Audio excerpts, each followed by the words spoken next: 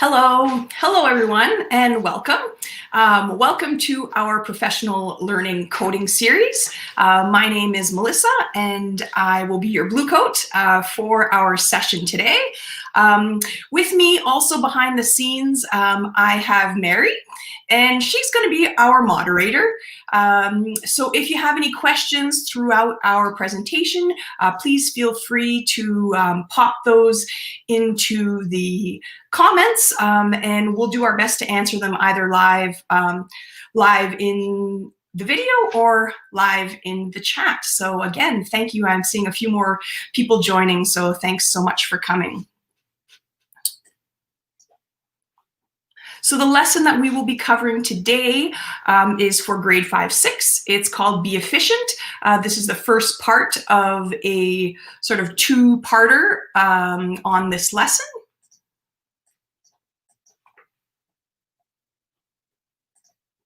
I'm just searching for something that I accidentally closed and didn't mean to. Here we are.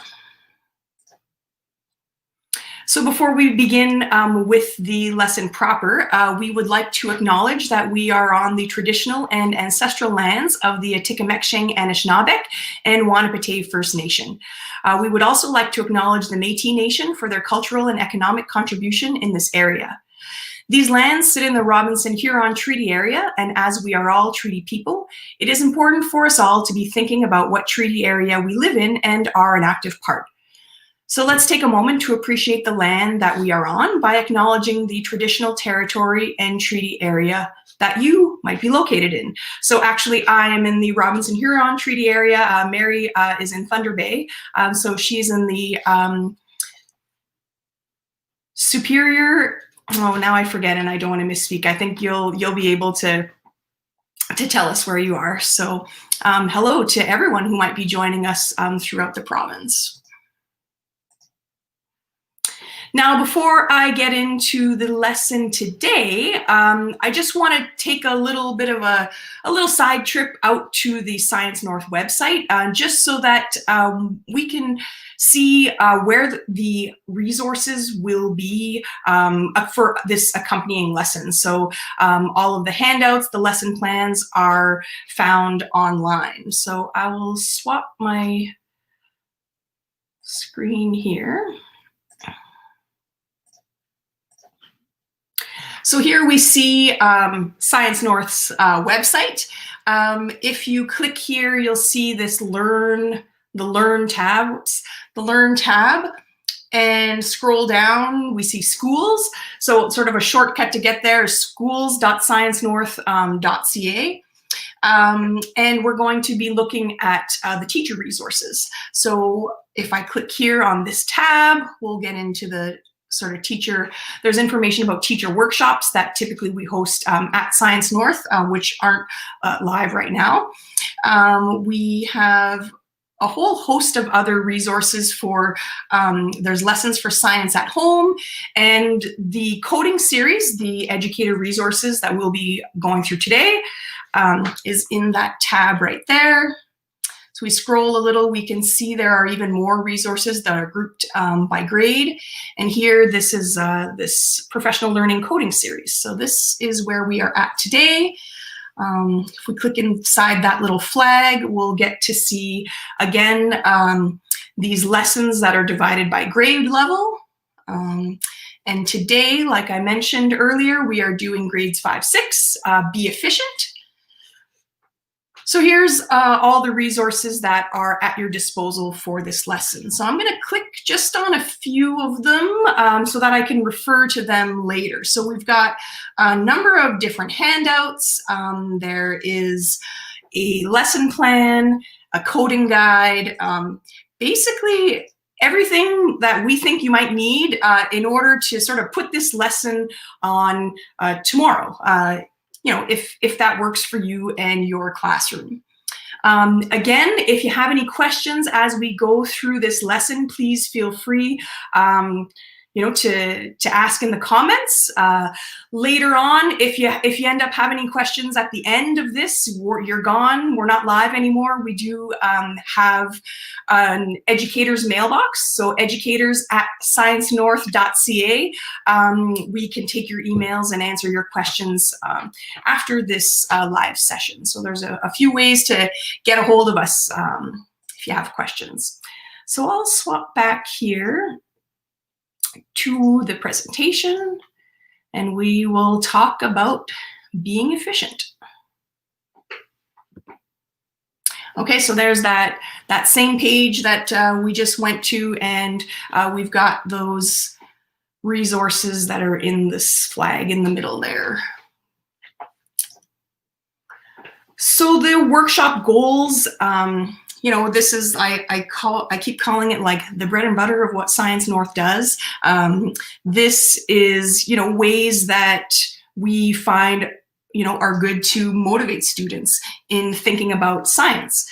And in this case, about sort of math and coding in science. So be efficient. I mentioned this is a two-part sort of session here. So all of our coding series, we have two-part videos. So for today, we're going to be looking at the unplugged activities and the debugging activity. So this is sort of a list of all of the resources that we have, or things that you might need to put on this lesson. And tomorrow, we're going to go over the coding math activity. So we are actually going to be doing some lessons. A lot of the lessons we've done so far have done sort of two unplugged activities and a coding on the next day, but we'll be coding both days today. So just to talk briefly about the curriculum connections. Now, this is a really bulky lesson. It touches on a lot of different concepts. I think that's really one of the reasons why I like it. It's a really good jumping off point for a lot of different discussions that you can have with your students, or sort of different cross-curricular connections. So again, we're doing coding, as it's a professional learning coding series. So we're going to be hitting on that algebra coding component.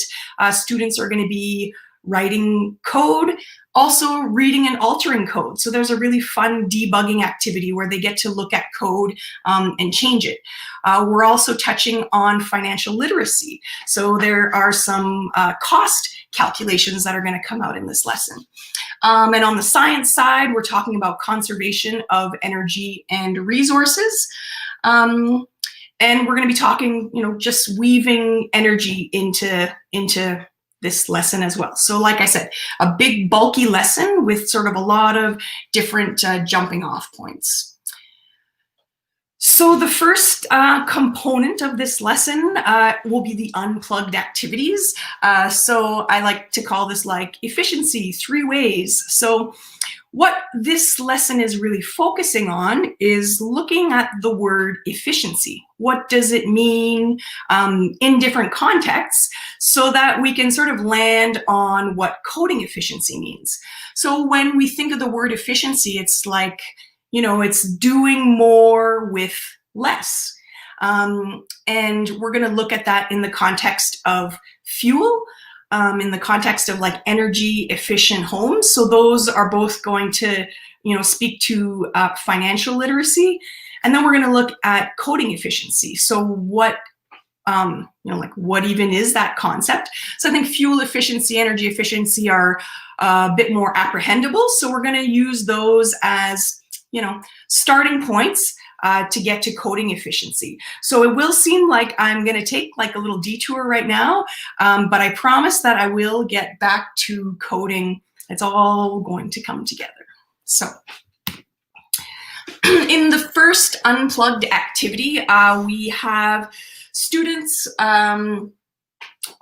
taking an imaginary road trip. They'll be going from Science North to Whitehorse. So we did a little search. How far is it going to, what is the distance to get there? And from there, we're going to have the students make some vehicle make and model comparisons. So fuel, when we're talking about fuel efficiency, this is the efficiency of a given fuel. It's how much energy we can get out by burning it. Okay? And we will talk also about fuel economy. So this is the fuel efficiency of a given vehicle.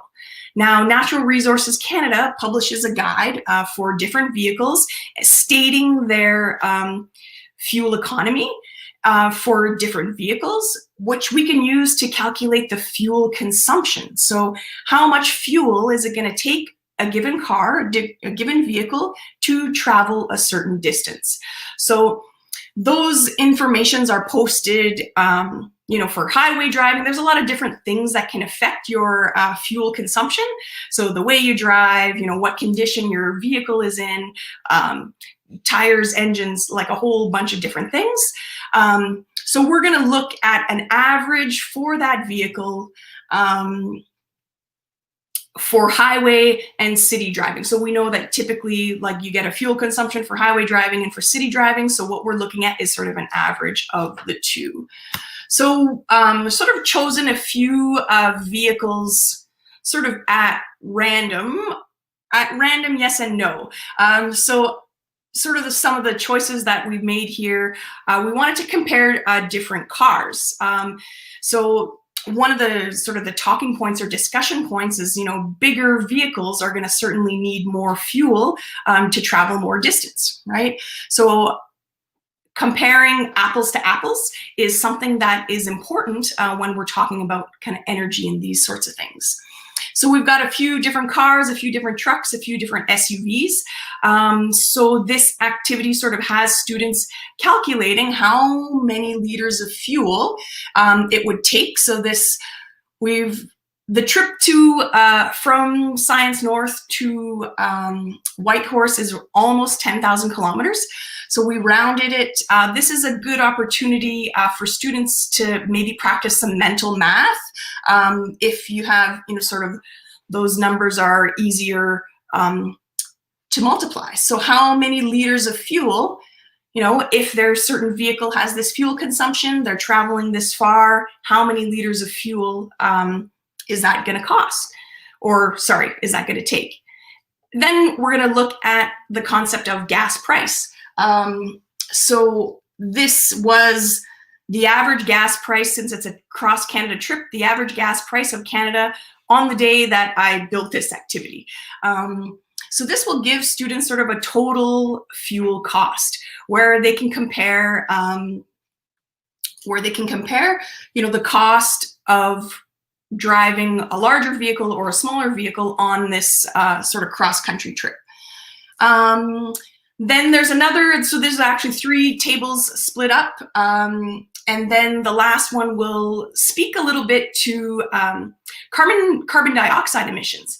So not only is there a money cost to an individual when they're driving a certain vehicle, but there's also sort of environmental costs. So you'll notice we picked sort of the best and the worst.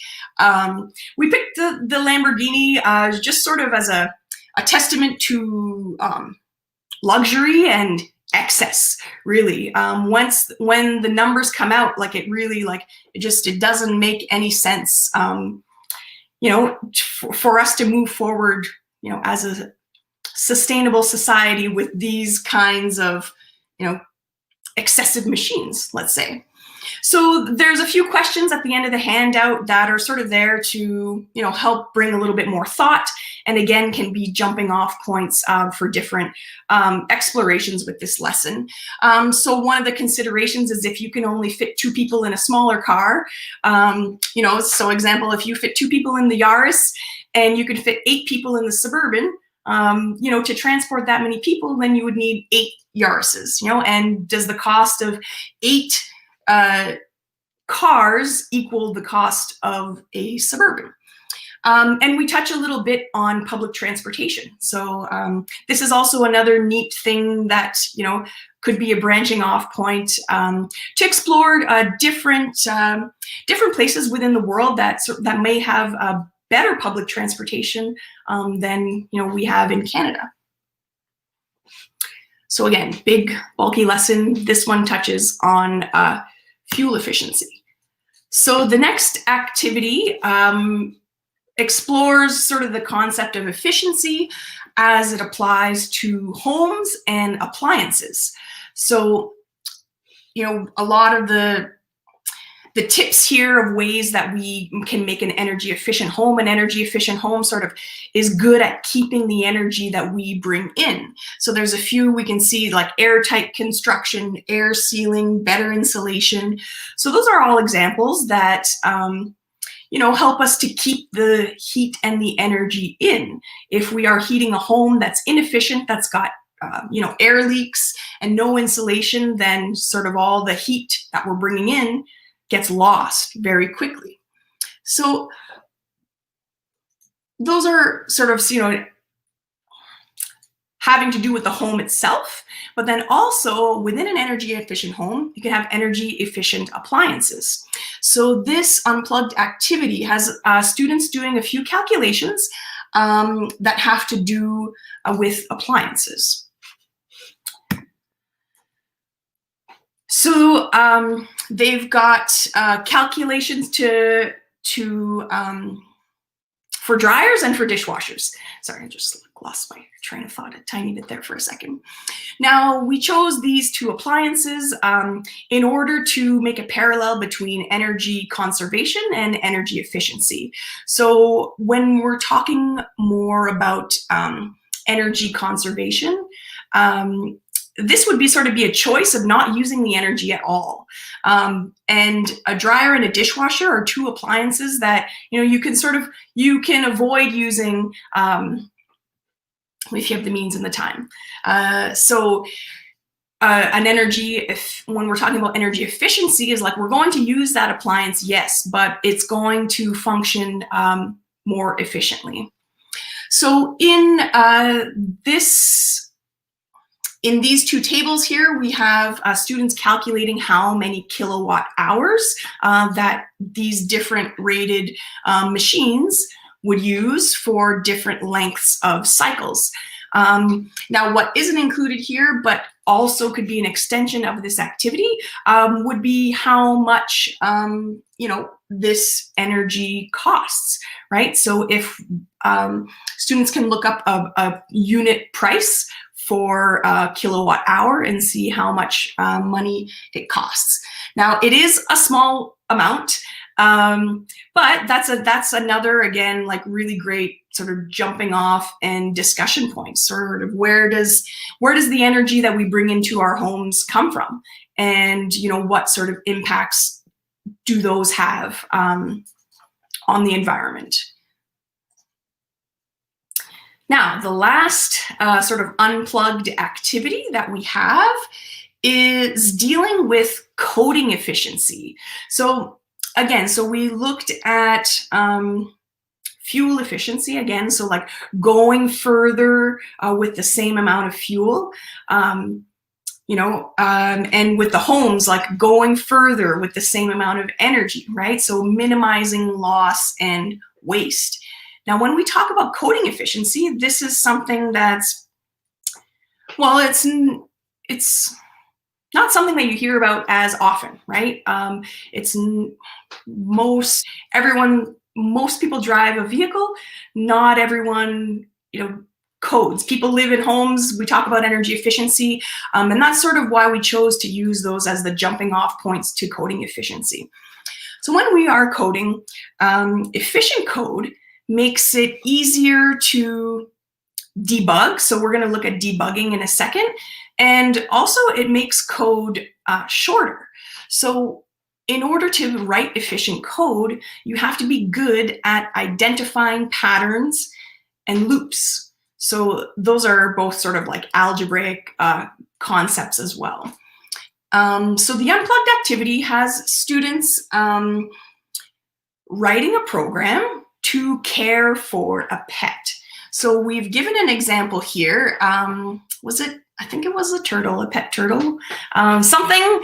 I guess then this, you know, you can also always certainly have different ways of taking care of a pet. But if we were to write out a calendar, okay, of all the tasks that we have to do to take care of the pet.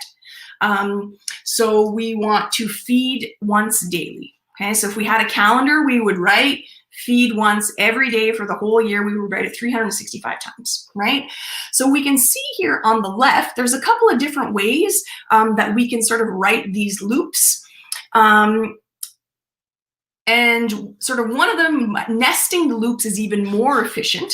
But this here, you know, repeat 365 times instead of writing feed once 365 times. That would be one way to do it, but it wouldn't be very efficient.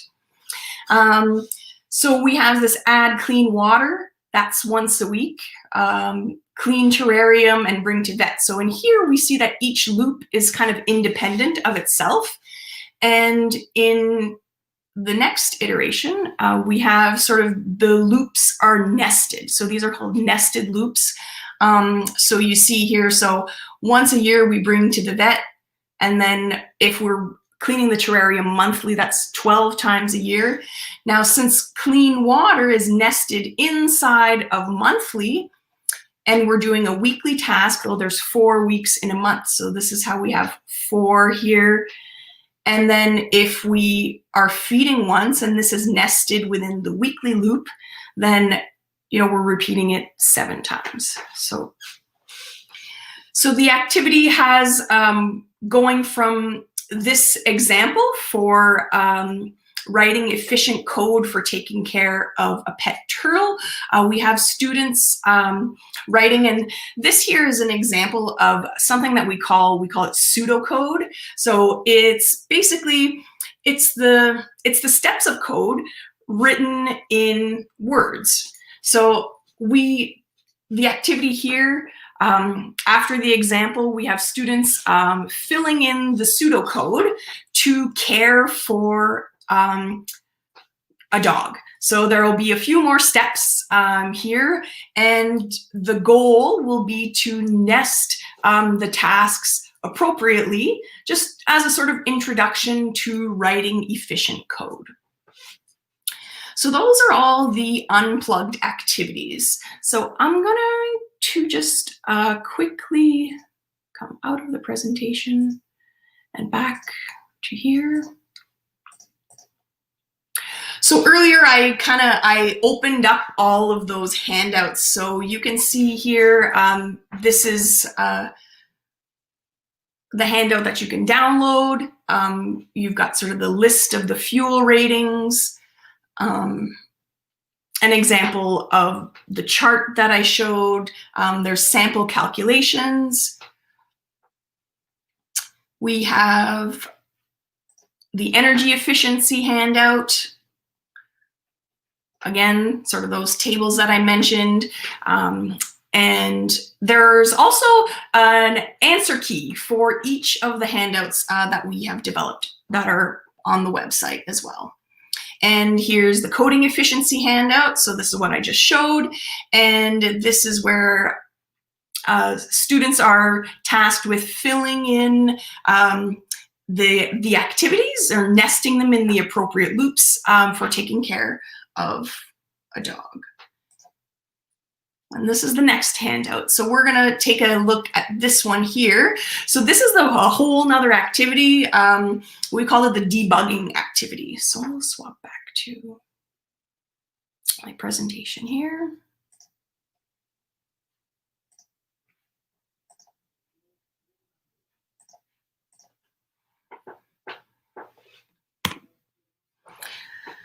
So within the debugging activity, there's 3 different examples where students are challenged to identify a pattern. So I mentioned earlier that efficient coding is made more efficient by, identifying patterns, creating loops. So within the activity, we're giving 3 different sets of code. And asking the same 4 questions about that code. So the first part of this activity is meant to be offline. And if you want to keep it offline, then certainly you know your students in your classroom best. So any of the activities that we're describing that we've written out in our lesson plan are obviously yours to take and modify however you see fit within your classrooms. So the 4 questions that we ask about the examples are, can you identify a pattern? Which blocks repeat? How many times does the code repeat? And can you predict what the code is doing? So the first part, sort of the offline part, gives the students a chance to do that prediction. Now, once they've answered all these 4 questions about the code, then you may want to give them the opportunity to access the code in Scratch. So I'll show actually first the 3 bits of code. So this is a pretty straightforward bit of code here where we can see the blocks. We'll switch a costume. You have light off, wait a second, light on, wait a second, light off, wait a second, and so on and so forth. And then we have, and actually something that helps in predicting what the code is, or sort of what they're named. So within the activity is like debug 1 is called on and off. Debug 2 is called high score. So we can see you've got a repeat until timer is greater than 20. If touching apple, then change score by 1. And then we have if touching bananas, change score by 1. If touching orange, change score by 1. Or if touching donut, cake, muffin, those all subtract -1.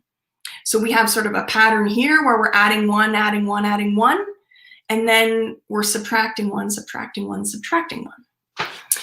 Now the third little bit of code is called drawing shapes.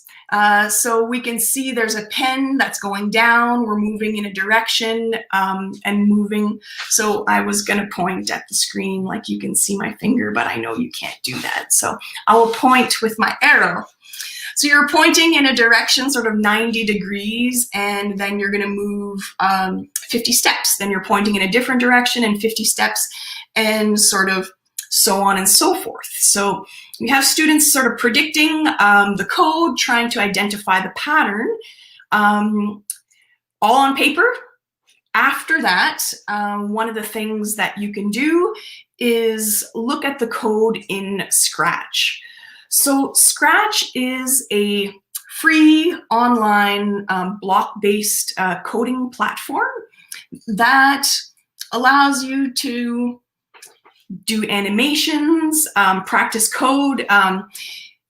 It's actually quite a robust program, and you can do a lot of different things with it. So within our lesson plan, we included links to those three different codes that are sort of, they're imaged in the handout. They're also available online through Scratch. So you can go to scratch.mit.edu and you'll get the sort of the Scratch landing page. Something that's really nice about it, and actually I'll save a few thoughts for it once I get into it. So here we have the code for debug 1, debug 2, and debug 3. So I will switch my screen here. I've kind of pre-opened them, and I think Mary's going to put these links into the chat so you can kind of follow along. If you want, I would highly recommend to follow along. It certainly helps, to play in the program yourself. So before I do that, I must stop the screen and then share the new screen. Here we go.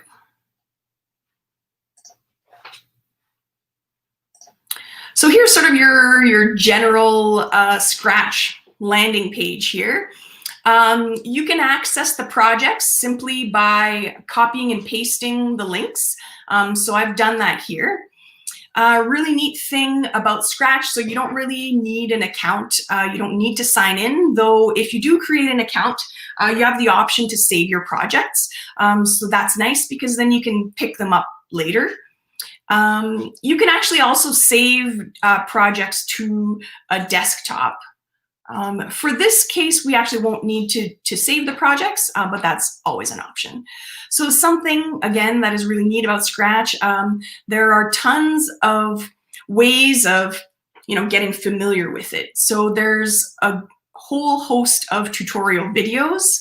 Another cool thing is it's very easy to change the language in Scratch. So I scrolled quickly down to the bottom here, and I can change to any number of different languages. I often swap between English and French, so we'll keep it in English today. So you can check out different tutorials now, depending on your student's comfort level with Scratch. So if this is brand new to them, then you might want to give them a bit of chance to explore. There may be certain hints that you want to give depending on, like I said, where their familiarity with Scratch is.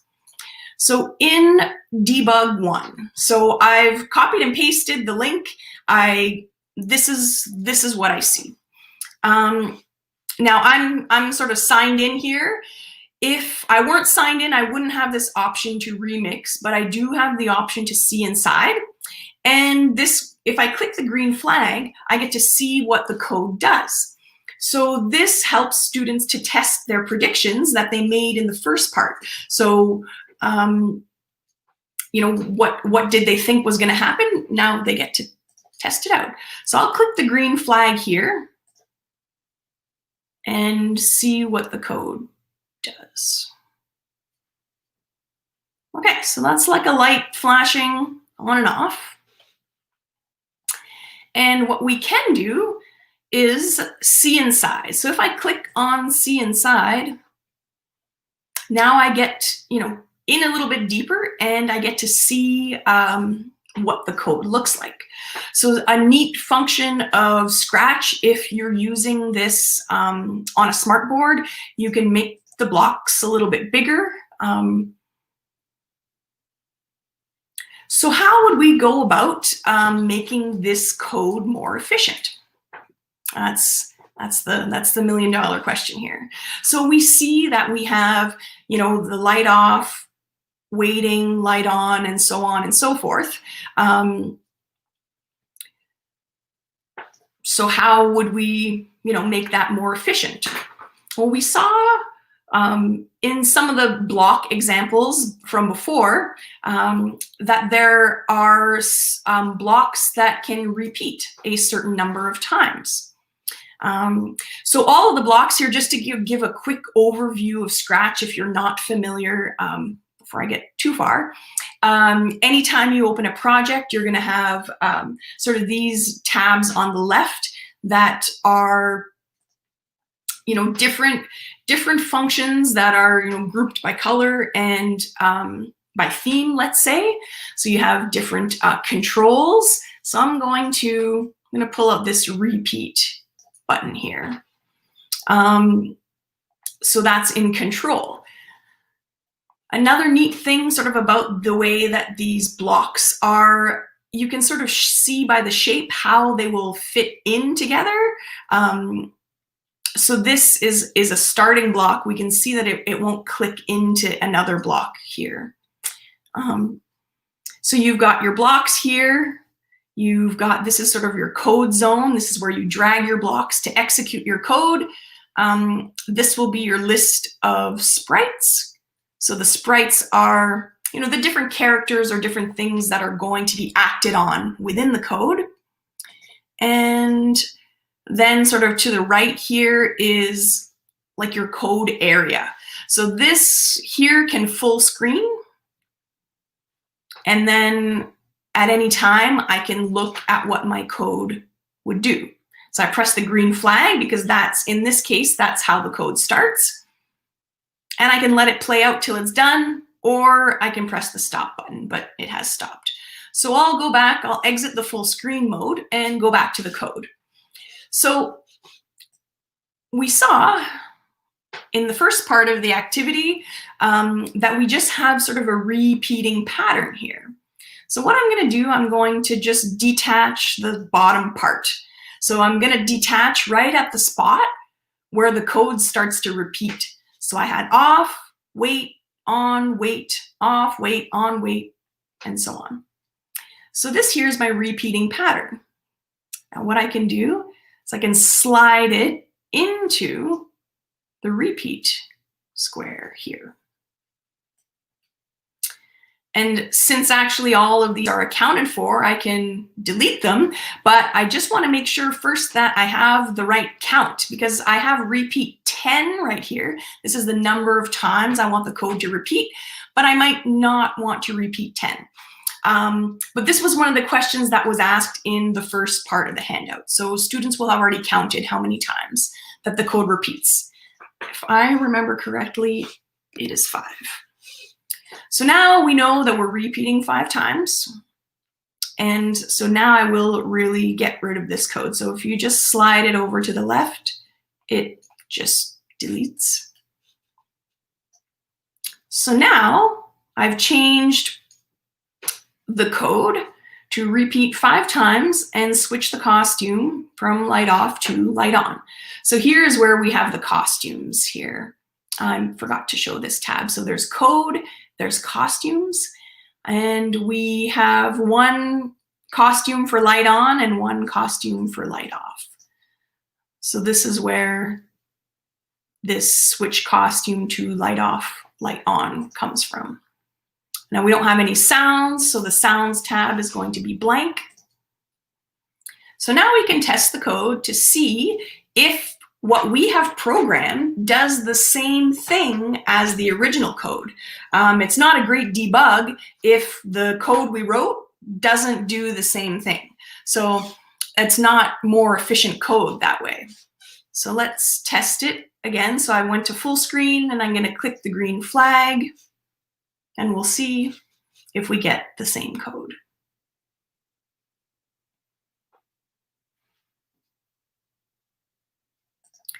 Perfect. So this was a straightforward example, I think. Now, again, depending on your students' familiarity with Scratch, you may want to highlight certain blocks for certain debugs. So for example, if your students aren't very familiar with Scratch and they don't know that the repeat sort of block exists, I might say, hey, you know, this to highlight that sort of events tab, or sorry, this control is control here. So the control tab, and then, you know, hopefully once it catches their eye, it gets all the wheels turning. So let's now take a look at the next debug.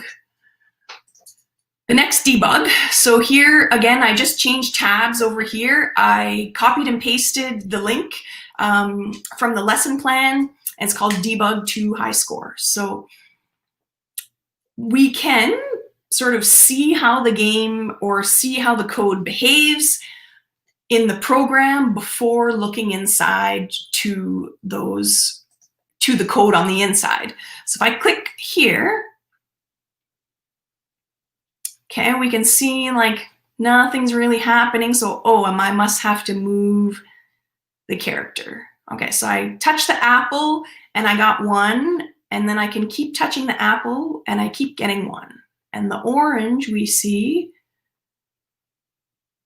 okay, and now my timer has stopped. So I want to stop and restart just to make sure I get what's happening here. So I touched the muffin and I got -1. The muffin keeps popping up in different places. I see there's some cake. Ooh, real bad at this game. Donuts, okay, so they all do a -1, and the fruits give us a +1. And the timer stops once it gets to, so this is something interesting to note. When we go back to the code, and if you remember from what I showed earlier, we had once the timer gets to greater than 20, it's going to stop. No, wait, does that? Yes, once the timer gets to greater than 20, it will stop. So what we did there, the Scratch timer, because it has so many decimal places, it has a hard time stopping on 20. So it's a bit weird that way. So we had to use that greater than, not greater or equal to. So let's go and look inside the code to see if we can make it more efficient. So now I've clicked on the C inside. Now this has a good chunk of code here. So we have this code here, sort of that operates the timer. We have this code that operates the score. If we click here on the different sprites, we'll see that each one of them also has their own code.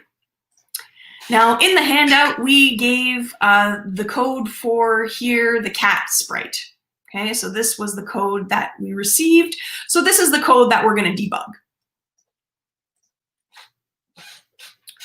Now, I think the button, the code block that you want to highlight here, if students are not familiar with Scratch, I think is the OR button, or the OR. So I clicked here on the green tab here, operators. So I've got this block here that says OR.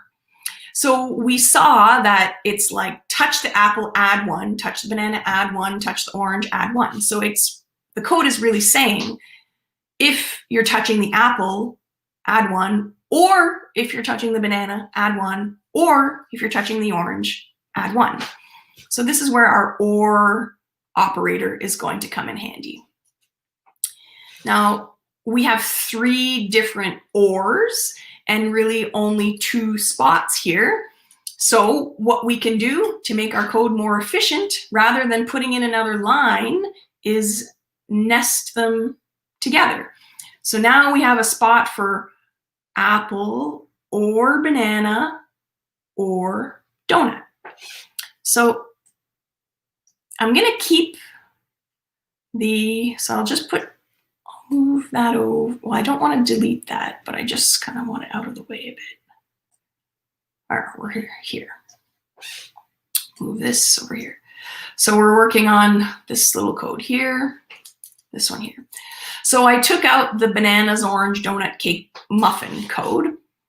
Now we can see something else, that's neat again, is with the different shapes, you can see where your code can fit. So if something is true, then we will change the score by 1. So if we're touching the apple, right? Or if we're touching the bananas. So I'm going to steal this code out of here. And actually something else that you can do, rather than sort of stealing the code, you can duplicate a button. So if I right click, I duplicate. So now I've got sort of 2 touching bananas buttons. Oh, and that's not exactly what I wanted to do, right? Just got to make sure that I'm nesting in the appropriate spot. So since these are both the same shape, touching bananas also fits in there. So I want to keep my triple OR. I want to make sure, there we go. So that's going to nest in there. And then, so we got apples, bananas, the last one is orange. So I can, again, duplicate that orange block and bring it here. Just get that out of the way so I can see here. And I'm going to fill in that last box there.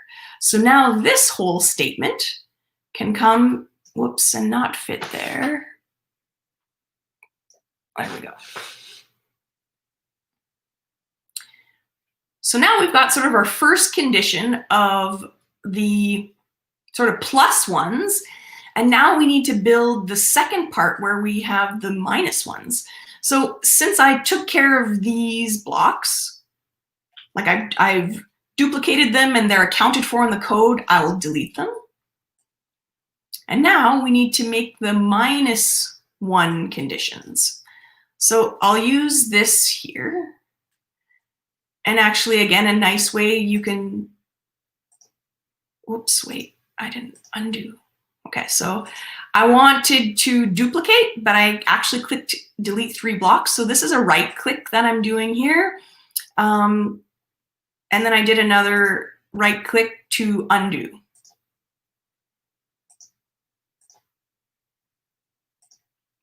So So that just duplicated the whole thing, which was a little more than I wanted. So I'll get rid of the bottom part.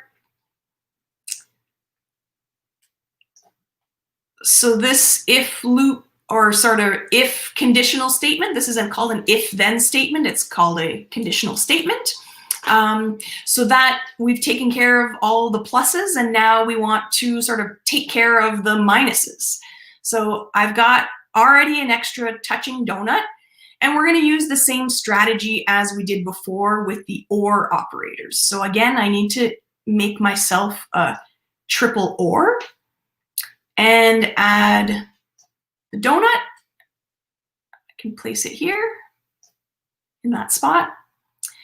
I can add the cake here.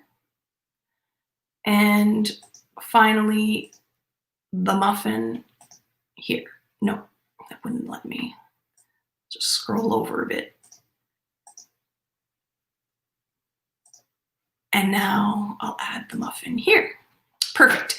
So now that I've sort of, again, I've taken care of these, I've debugged them, I'm going to just move them away, and I got an extra touching muffin, which I will put away. So this here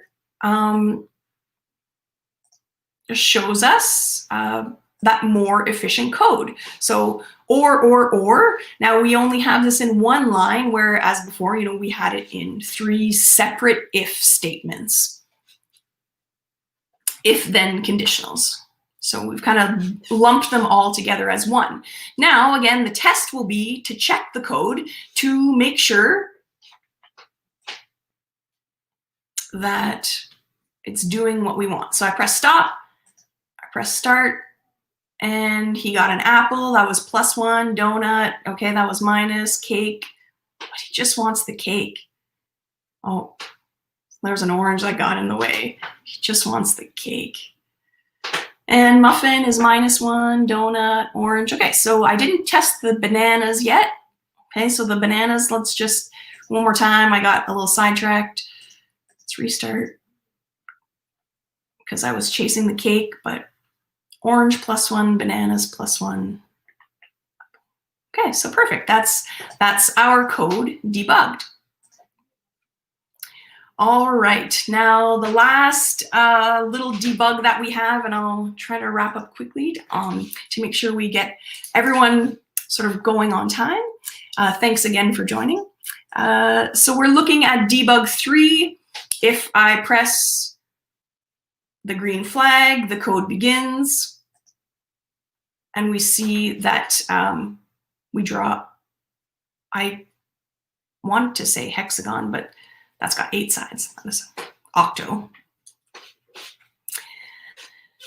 So here we see the code that we presented in the handout, and we see a point direction, we see a move 50 steps, a point direction. So since we have this point in direction and it changes a different direction every time, we can't use the same repeat button that we used before. So I think, again, depending on how familiar your students are with Scratch, I would highlight that there's a turn button here. Turn a certain amount of degrees. So if we see here, we take a point direction button. So let me take this here. And when I click on the 90, I can see that this is the direction that is showing. So the first time it's going here, and then the next time says point in direction 45. So direction 45 is here. And we see direction 0 is here. And sort of so on and so forth, sort of as you go around the dial. Hopefully what students will notice is that you have a 45-degree angle change in every case. So your repeating pattern is sort of move 50 steps and turn 45 degrees. So this, I just wanted to take that out to show you what it did. So we've got point and direction 90, move 50 steps.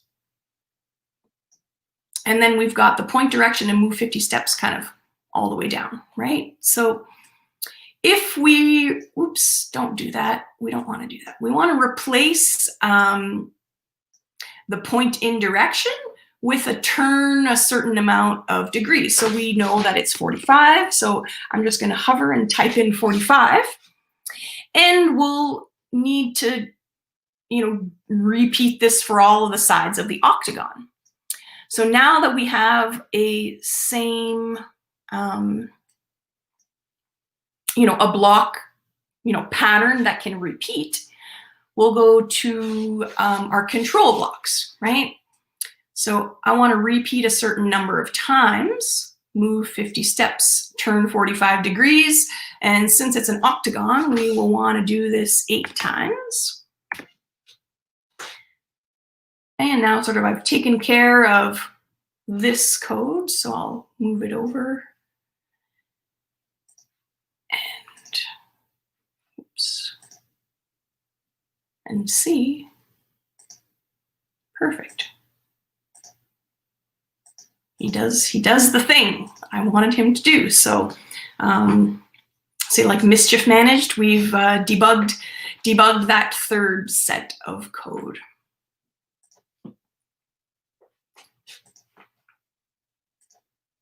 So that sort of concludes my sort of how to for those first 2 activities, the unplugged activity and the debugging activities for this lesson called Be Efficient. Now, the next part of the lesson that we're going to cover tomorrow, so we did Scratch today. Tomorrow we're looking at the coding math activity. So we're going to be using Microsoft MakeCode. So we'll show you a different block coding tool that you have at your disposal. Again, this is sort of a free online platform that you can access and use with your students. So we're going to, there's nothing to download ahead. We'll take a look at that tomorrow. So again, if anyone has any questions, we would love to do our very best to answer them sort of now or in the future. If you want to shoot us an email, we would be more than happy to get in touch if you have any questions sort of a bit later on as you're implementing this lesson in to your classroom. Now, the last thing that I have, well, thank you again. We have here a little QR code. Now the QR code will send you to a survey, and we are hoping if you have a few seconds to give us a bit of feedback on this lesson. All of the feedback that we receive, is certainly a gift. We want to make these sessions the most that they can be for you, the teachers. So if there's anything that you would adjust or change or make different, we are always open to improving and making things for you. So again, thank you so much for coming, and hopefully that we see everyone again tomorrow for part 2 of Be Efficient. Take care, everyone.